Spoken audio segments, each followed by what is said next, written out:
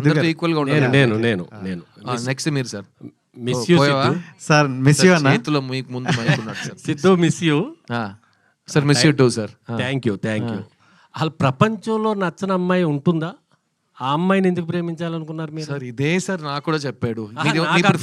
అసలు ప్రపంచంలో అసలు నచ్చని అమ్మాయి ఉంటుందా? ఎందుకంటే మనకు అన్ని అమ్మాయిలు నచ్చుతాయి కదా. అదే మీరు నేను సేమ్ మీ ఫీలింగ్స్ ని అర్థం చేసుకుంటున్నాను సార్. మీరు అర్థం చేసుకున్నాను. ఇదే ప్రశ్న నేను అడిగాను. ఎవరైనా ఒక అబ్బాయి నాకు తెలియని అమ్మాయి, నచ్చని అమ్మాయి, ఇదంతా మనకు ఉండదు కదా. తెలియని అమ్మాయి అంటే తెలుసుకుంటాం, తెలిసిన తర్వాత నచ్చేస్తుంది. అదే కదా మీ ఉద్దేశం? Super sir, super. ఒక సింగిల్ హార్ట్ నేను ఫీల్ అయ్యా. I understood it. బట్ అదే ఈ సినిమాలో నాకు అది చాలా క్యూరియస్ అనిపించింది. అండ్ నేను ఇప్పుడు మీకు ప్రీ రిలీజ్లో చెప్పే ఆ ప్రశ్న మాత్రం కరెక్ట్గా మేము సమాధానం థియేటర్లో ఇవ్వకపోతే మేము ఆ ప్రశ్నాన్ని ఇక్కడ చెప్పకూడదు. సో డెఫినెట్గా అందులో ఒక మ్యాటర్ ఉంది. రెస్ట్ ఆఫ్ ఇట్ ఇది ఒక లైట్ హార్టెడ్ మంచి కమర్షియల్ టెంప్లెట్లో ఉన్న happy feel good love story. ఒక స్మైల్తో మీరు థియేటర్ నుంచి బయటికి వెళ్ళిపోవచ్చు సార్. రైట్ సిద్ధు గారు, గత 10 yearsగా మీకు ప్రతి ఒక్కరు చెప్పే డైలాగే మిస్ యూ సిద్ధు. అంటే ప్రతి ఒక్కరు కూడా ఆ లవ్ స్టోరీ మిస్ అవుతున్నాం, ఎప్పుడు తీస్తారు. అండ్ 10 years నుండి మీరు కూడా చూసే ఉంటారు ఎలాంటి దానితో వస్తే బాగుంటుందని. బట్ లవ్ స్టోరీలు అనగానే ఆల్రెడీ మీరు తీసిన బిఫోర్ మూవీలే సూపర్ హిట్స్. సో ఇప్పుడు వస్తున్నారంటే దానికన్నా ఎక్కువ ఎక్స్పెక్టేషన్ పెట్టుకుంటారు. నేను అసలు ఎక్స్పెక్టేషన్ పెట్టుకోలేదు. మీరు పెట్టుకోరు, ఆడియన్స్ పెట్టుకుంటారు. ఎవరు కూడా కాదు. ఎందుకంటే ఆడియన్స్ ఎక్స్పెక్టేషన్ పెట్టుంటే ఈ మధ్యకాలంలో చాలా లవ్ స్టోరీస్ వచ్చుంటాయి. కానీ ట్రెండ్ మారి వేరే సినిమాలు చూస్తున్న ఒక కాలం ఉన్నాం కదా. సో ఆడియన్స్కే ఫుల్గా ఏం ఎక్స్పెక్ట్ చేయాలని నాకు తెలిసి వాళ్ళు టీవీలో చూస్తున్నారు, వాళ్ళకి తెలుసు లవ్ స్టోరీస్, పాత లవ్ స్టోరీస్. ఓ న్యూ జనరేషన్ లవ్ స్టోరీ చూస్తున్నప్పుడు ఫుల్ మీరే ఎక్స్పెక్టేషన్స్ వస్తారు. చెప్పండి, మీరు బొమ్మలను మైండ్లో పెట్టుకొస్తారా? సిద్ధు గారి నుండి ఒక లవ్ స్టోరీ వస్తున్నప్పుడు ఫుల్ ఫ్యామిలీ ఎంటర్టైన్మెంట్ అని ఫిక్స్ అవుతాం. కన్ఫర్మ్. అండ్ లవ్ కూడా ప్యూర్ లవ్ చూపిస్తారు, ఎందుకంటే సెలెక్ట్ చేసుకునే విధానం కూడా అలా ఉంటుంది. సో అలాంటి ఎక్స్పెక్టేషన్ పెట్టుకొని వస్తారు కాబట్టి అలాంటి ఎక్స్పెక్ట్ పెట్టే వాళ్ళు ఐ ఎక్స్పెక్టేషన్ రీచ్ అవుతారా? సార్ నేను ఒకటి చెప్పనా ఫ్రాంక్గా, 2024లో ఈ ఇంటర్నెట్ వచ్చే కాలంలో అన్నీ చాలా ఫాస్ట్ అయిపోయినాయి కదా. ప్రపంచంలో ఏ మనిషికి ఎక్స్పెక్టేషన్ రియాలిటీ మ్యాచ్ అవ్వదు. అర్థమైందా? ఎందుకంటే మీరు ఎక్స్పెక్టేషన్కి ఒక కొత్త వర్డ్ ఉంది, హైప్. హైప్ ఇస్ ఆల్వేస్ ఎక్కువ. హైప్ని ఎవరు మ్యాచ్ చేయలేరు. అది కమర్షియల్ సినిమా కానీ అవ్వనివ్వండి, రిలేషన్షిప్ కానీ అవ్వనివ్వండి, ఒక మీరు తినే తిండి కూడా అవ్వనివ్వండి. మీరు ఎక్కువ హైప్ చేస్తున్నారంటే అది మిమ్మల్ని డిసప్పాయింట్ చేస్తుంది. అందుకే నేను హైప్ పెంచలేదు. మీకు లవ్ స్టోరీ చూడటం ఇష్టం ఉంటే మిస్ యూ చూడండి. మీకు లవ్ స్టోరీసే నచ్చవు, చిరాకు వస్తుంది అంటే ఇంట్లో కూర్చోండి. నేను మిమ్మల్ని ఫోర్స్ చేసి హైప్ చేయట్లేదు. చూసేయండి, నా సినిమాని చూసేయండి, వద్దు. మీకు లవ్ స్టోరీస్ నచ్చితే కనుక, ప్లస్ మీకు దగ్గర పక్కన మీ చుట్టాల్లో కానీ మీ ఫ్రెండ్స్లో కానీ ఆడాళ్ళు ఉంటే వాళ్ళకి సినిమా నచ్చుతుంది. వాళ్ళని మీరు ఇంప్రెస్ చేద్దాం అనుకున్నారంటే ప్లీజ్ సిద్ధు సినిమాకి తీసుకురండి. ఎందుకంటే అమ్మాయిలకి అయితే ఈ సినిమా విపరీతంగా నచ్చుతుంది. ఎందుకంటే ఈ మధ్యకాలంలో అమ్మాయిల్ని ఫుల్గా కవర్ చేసే ప్లజెంట్ స్వీట్ లవ్ స్టోరీస్ చాలా తక్కువ వస్తున్నాయి. కాబట్టి అంటే ఈ సంక్రాంతి నాది అని ఒక డైలాగ్ అన్నారు. ఒకప్పుడు నేను సంక్రాంతిలో పుట్టానండి. అదే ఇప్పుడు కూడా సంక్రాంతి అన్నారు కదా, అంటే కొంచెం పాజిటివ్ వైబ్ అండ్ తెలుగు రాష్ట్రాలకు మంచి పండగ.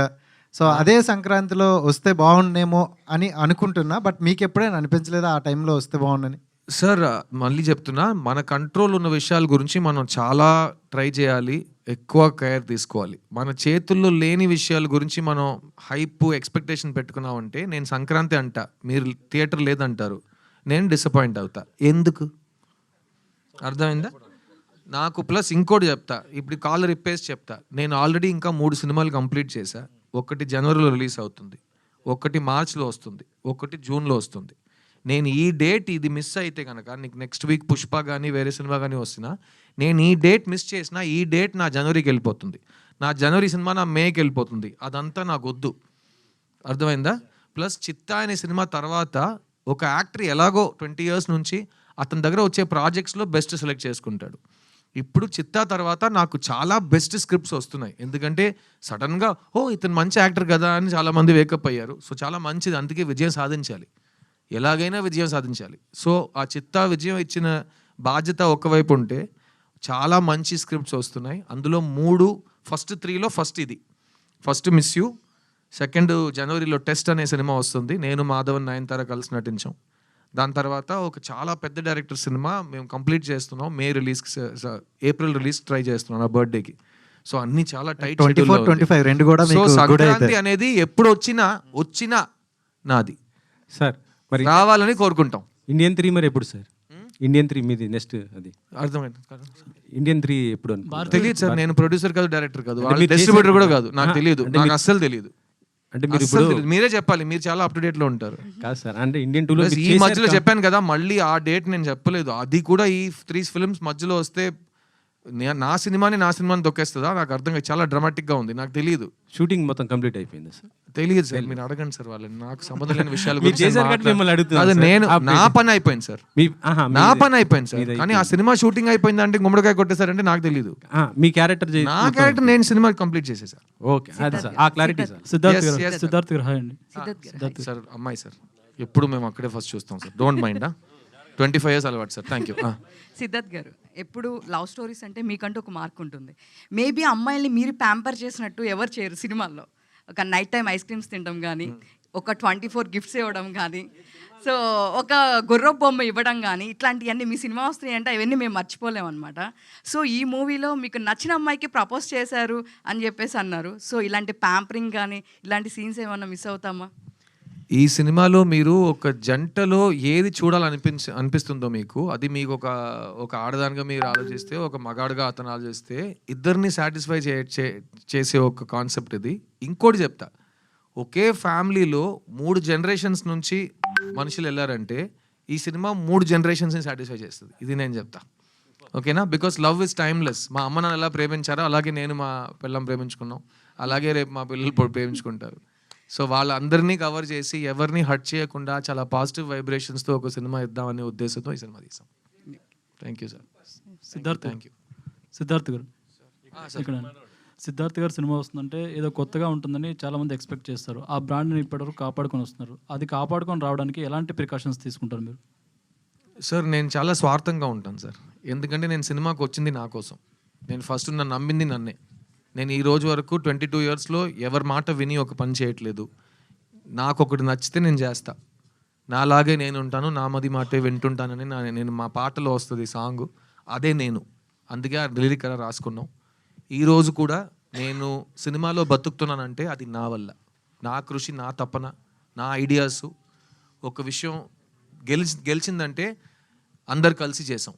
ఒక్క విషయం మీ దృష్టిలో ఓడిపోయిందని మీరు చెప్తే అది నా తప్పు, నా బాధ్యత, నేను చూసుకుంటా. I stand by my decisions.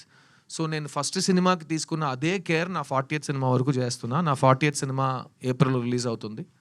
ఈ అన్ని సినిమాలు సెలెక్ట్ చేయడానికి కారణం ఒక్కటే, నాకు యాక్టింగ్ అంటే ఇష్టం, నాకు యాక్టింగ్ బాగా వచ్చు, నాకు వస్తున్న సినిమాల్లో నేను బెస్ట్ సెలెక్ట్ చేసుకుంటా. ఈ 3 కారణాలే నాకు తెలుసు, కానీ ఇంకేది ఎవరి గురించో ఏ బాధ్యత నేను చూసుకోను. ఎందుకంటే నన్ను సాటిస్ఫై చేయటమే నా ఫస్ట్ రోల్. నేను హ్యాపీ అంటే నేను హ్యాపీ, ఆడియన్స్ హ్యాపీ అంటే వాళ్ళు హ్యాపీ. కానీ ఆడియన్స్ ఒక్క మనిషి కాదు, ఇంతమంది ఉన్నాం ఇక్కడ.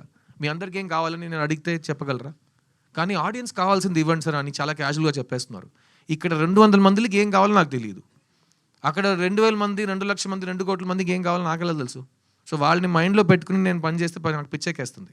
సెకండ్, ఇప్పుడు ఉన్న టైంలో 99% పీపుల్కి వాళ్ళకేం కావాలో వాళ్ళకి తెలియదు. సో వాళ్ళని నమ్మి నేను ఎలా సినిమా తీస్తాను? సో నన్ను నమ్మి నేను తీస్తా. నాకు నేనంటే చాలా ఇష్టం. ఎలా ఉన్నారు సార్ అని అడిగితే నా అలాగే ఉన్నాను, నా అలాగే ఉంటా, అంతే. ఇది